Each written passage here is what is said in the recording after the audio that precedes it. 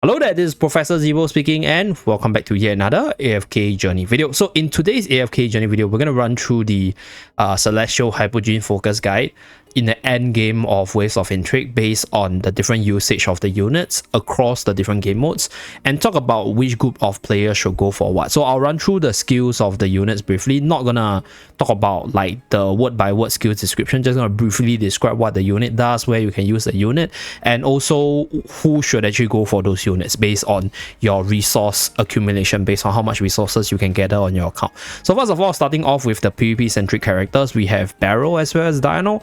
So Barrow is pretty versatile, at least in the PvP side, because you can slot him into multiple teams and he can just do his job as this disruptor sniper assassin. And you can also specifically use him for the Barrow Floor Belzu team. You can also use him for the Triple Assassins PvP team, just as a Hypogean to link up the assassins and then give you more stats and also have greater capability to snipe off certain targets. So quite strong in terms of team building for PvP and also quite high in power level for the PvP side. But for the PvE side, right, in terms of the AFK stage pushing side, he also sees some very niche users against certain mobs, certain specific units that is weak to separation, and certain teams where you need AoE physical DPS to actually carry you through rather than your usual magical attackers. So those are the niches for Barrow for the AFK stage side. So looking at all this different endgame usage for this unit itself, I think he is definitely more PvP centric, more Clash front centric, so not that recommended for general players, but players with the resources or just players who love PvP content specifically, right? You don't really care about anything else, then I think you can go for him. I think you will have I'll say like more enjoyable time in the PvP side. But for the Dream Realm side, for like your general PvE contents in general, I think he's not like a must-have. It's good to have for certain niche AFK stages, but that's pretty much it for the PvE side. So generally invest in him if you are more of a PvP player or if you have a lot of resources. So next we look at Dionel. So Dionel is used mostly in obviously the Dionel hyper carry team for the PvP side. In the Clash front side, the Dun and Dionel comp is actually one of the strongest, if not the strongest comp right now, because Dun and Dionel has very little counters on the Clash front setting.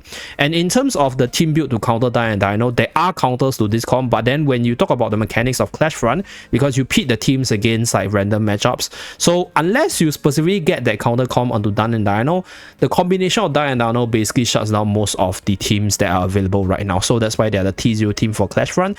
But similar to Barrow, very niche usage in the AFK stage side. I think even more niche than Barrow, because Barrow has like a lot more usage for specific purposes like isolation, like the AoE physical attacker, as well as the zoo teams itself. But for Dionel's case, is really far in between. So definitely not that much use for the PvE side of things, although he does have pretty decent AoE potential, but his AoE potential is mostly in the PvP side. So will require quite a bit of resources and team building to make him like this Super Saiyan carry, and very niche in terms of game mode and team building. So same thing, similar to Barrow, recommended only with players with the resources, right, as well as players who are more of the PvP or Clash front centric side of things. So that's for Dionel and Barrow. So very easy answers to these two, more for the PvP, more for the resource rich players. Now moving on to like some of the, I'll say like good units generally, starting off with Scarlita first. So unfortunately for Scarlita, this season itself, losing that team buff for the seasonal skill was quite a hit for her, at least Dream Realm wise. But in terms of the endgame usage, she's still one of the top tier PvP character, generally splashable into most PvP teams. And you use Scarlita specifically on the AFK stages to deal with units with revives, deal with units that are immune to like physical magical, because Scarlita is true damage, and units which are inbound in general. Like if you don't kill them, right, you can send them out, right, because those are the units that are super duper annoying, and Scarlita fits into those niche while having this shielding utility for the team. So AFK state side definitely more usable than Barrow generally, and also I'll say her usage for very high deficit push is really important, because she is the only one that can deal with the high level torrents, because torrent with revives in the highest deficit stages is just impossible to deal with, because he has 2 lives. So you kill the first one and then you just time out on the second one. So you need Scarlita to send him out with the insta Q ability, with the insta defeat ability. So that's why she has that very, very good usage for the AFK stage side. But mostly right now she's more for the PvP side, because for the Dream Realm side, she hasn't really seen too much of a use. So for the Endless Dream Realm, not really something that you'll consider her if you want to get your best score. So if you are going for her, she will be used more for the PvE side as well. I mean, most used for the PvP side, as well as certain PvE stages or certain PvE scenarios based on what I described earlier.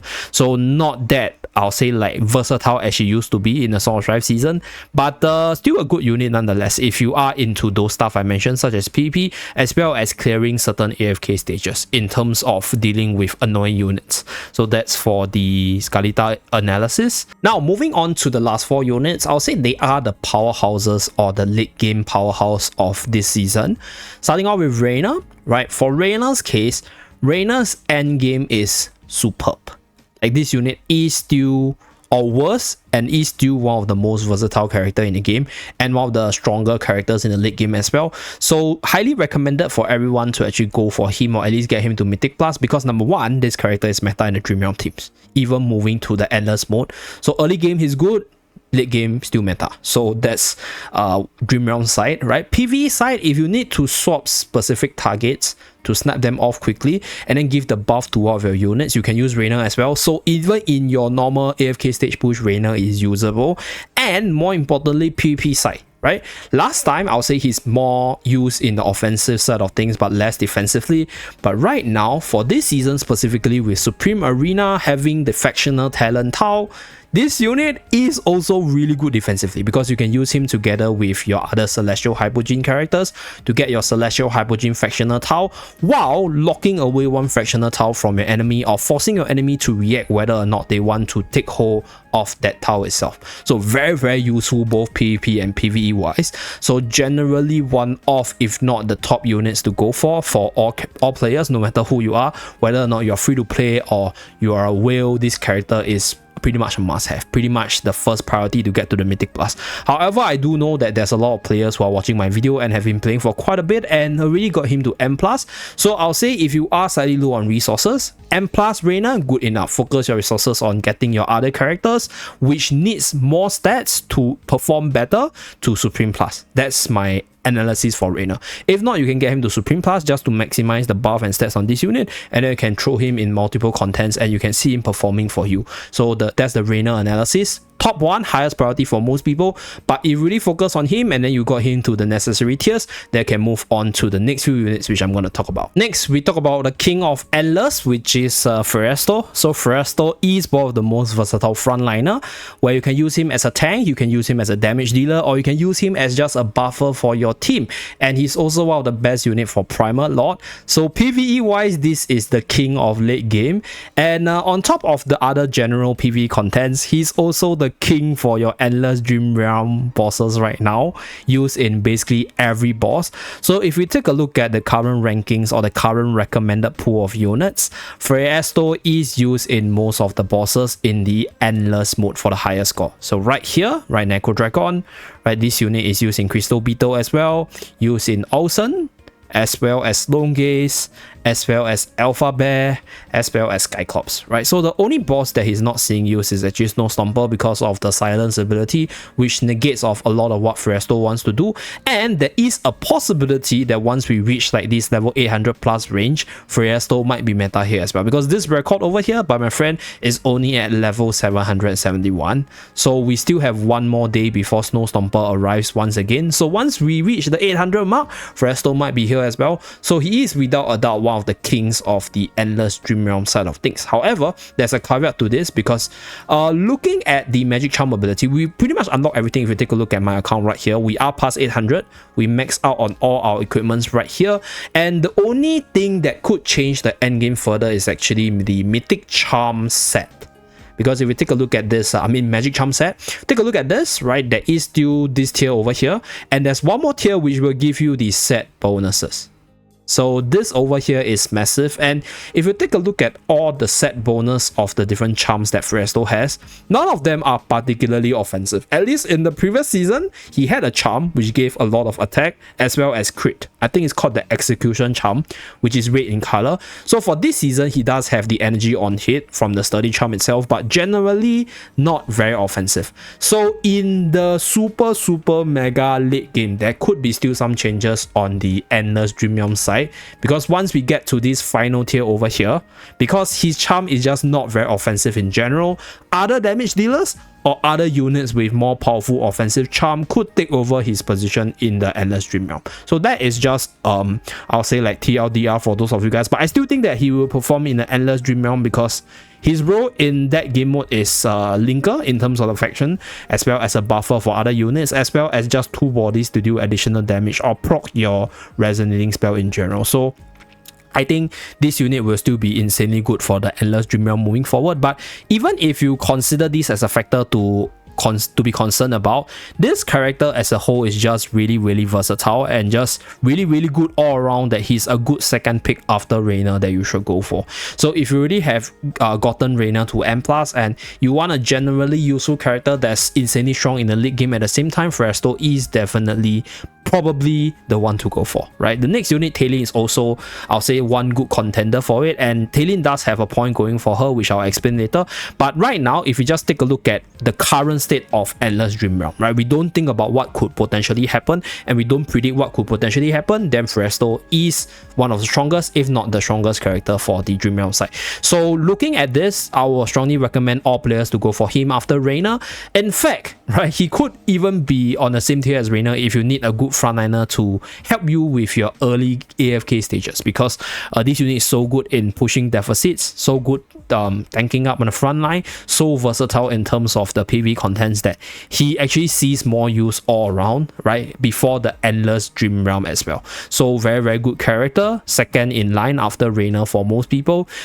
If you think that a tank is more important than Reiner, then first in line for this character. So that's my evaluation for Phraesto. And then moving to the third unit, this is Lilith's daughter for Waves of Intrigue season, because Talene was just not very spectacular in the previous season in most endgame contents, but with such a powerful season magic charm ability, as well as a whole bunch of offensive buffs to her kit for the magic charm side, this character has remained one of the top damage dealers for the endless game modes, be it your Supreme Arena, be it your Dream Realm side of things, and be it your normal PvE contents or your AFK stage pushing side. So Endless Rumble, Talene, one of the best carry as well. So one of the strongest and best damage dealers in the game, and considering the fact that right now, if we take a look at her endless ranking in terms of the best meta teams right here, she's still really good, even though she's not in every boss like the early game, but you can still see her being used in, for example, Skyclops, right, for her AoE prowess, obviously, right. You also see her being used in King Croaker because King Croaker is quite weak to the magical side of things. We also see her in Crystal Beetle, right? Crystal Beetle, oh no more Crystal Beetle here, but she used to be one of the best units as well. So generally still usable across the board, obviously not in every single endless teams, but there is a factor to consider for Talene specifically, because this is one thing which Phraesto lacked, and that is the offensive set charms in the Mythic Plus tier charm. So let's go to Talene over here. So this unit, right, if you take a look at the charm, we still have this one, and then we still have all these set charms over here. So she has some of the really good charms, like the Blast charm over here, giving her 21% attack and then 5 points in ultimate power. This unit is so reliant on her ultimate ability that this buff, 5 points, is 100% damage per second. It is massive, right? So looking at this, there is a possibility that moving forward, once we get to that particular stage of the game, Talene could be back once again as one of the best damage dealer for the endless Dream Realm bosses. So that is something which I predict would happen moving forward, right? It's not happening yet because right now Phraesto is in every team, but Talene has such a powerful charm that I think she has the potential to rise up to be the top once again. So right now, in terms of the end game usage, if we look at the current state of things, she's still top tier as a DPS unit no matter what. But considering the fact that there are a lot of good DPS units like Lime, OD, as well as your general DPS units that are, I'll say, like pretty usable, Talene might not be something that you want to look for if you really have those units built up, right? I think if you need a good tank, then Phraesto would be the better option. And considering the current state of the Endless Dream Realm meta, Phraesto is still more versatile than Talene. Although, like I mentioned earlier, she could rise up and she could become the best moving forward, but that is just a prediction on my end. So I'll still recommend Talene for general player base. I'll put her third on the priority after Phraesto based on the current outlook of things, and probably a unit that you want to go for if you just want really good AoE damage output from a character specifically. Talene is one of the best, probably gonna stay that way for quite a bit because Luca is a tank, right? Hodgkin is not an AoE character, it's a Zoo type frontliner warrior character. So yeah, pretty much Talene's in analysis, one of the best AoE attacker. And then lastly, we talk about Dunlinger or Dunlinger. So this character, super duper niche, PvP whale centric character, but this is a character where I see limitless potential because this character basically shuts down two of the most important mechanics in the game.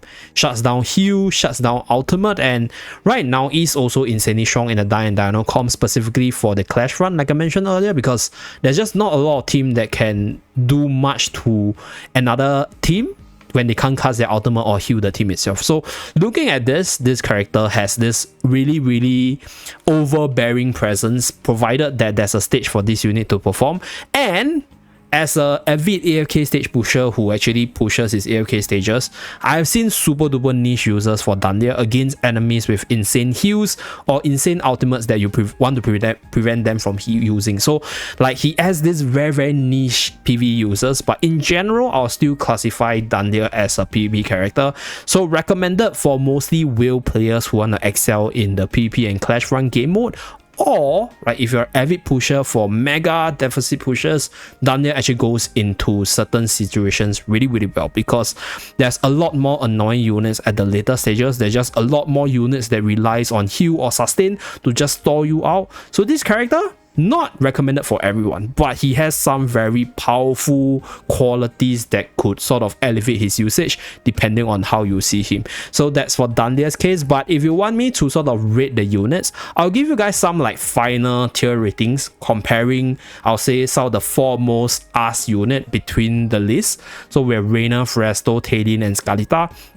So PvE wise, I think I'll just give Phraesto the highest tier, SS tier compared to the rest, because I think all units, or all of these four units, they are generally usable in different situations for different PvE contents. But Phraesto being the best for the Endless Dream Realm, being the best for Primal Lord, being one of the best tank you can use for AFK stage pushers, just makes him SS tier for PvE in my honest take. Now for the PvP side, I think all units are really strong, right? Celestial, Hypogean in general because of fractional talent, as well as these units just being like the strongest units for their respective roles. But specifically Scarlita excels among this bunch because you basically can slot Scarlita in nearly every team, and there are just some situations where you just focus your team on getting Scarlita to charge up. One slam from her, you just win the game from there. So that's why PvP wise I give Scarlita the SS tier. Now comparing the Dream Realm and early to mid to the Endless Dream Realm side of things, Endless Dream Realm side, I think I don't think Phraesto excels that much. Like, he is a Dream Endless specific character because of the HP percentage damage.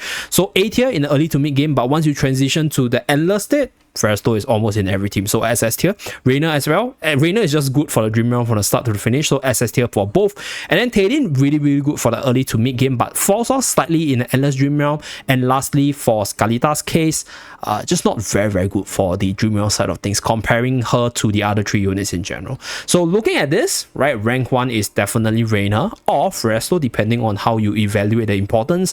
And then followed by Phraesto, Talene, and then lastly Scarlita, based on my honest opinion. But let's say if you like PvP more, you want to slam people out, you want to insta-kill units which are super annoying, Scarlita could be higher on the list. So that's pretty much it for this Celestial Hypogean focus list. Hope this list is helpful as usual, and do remember to like and subscribe to see more Professor Zeeebo in action in the next few videos, and I'll see you guys again in my next video. Bye guys!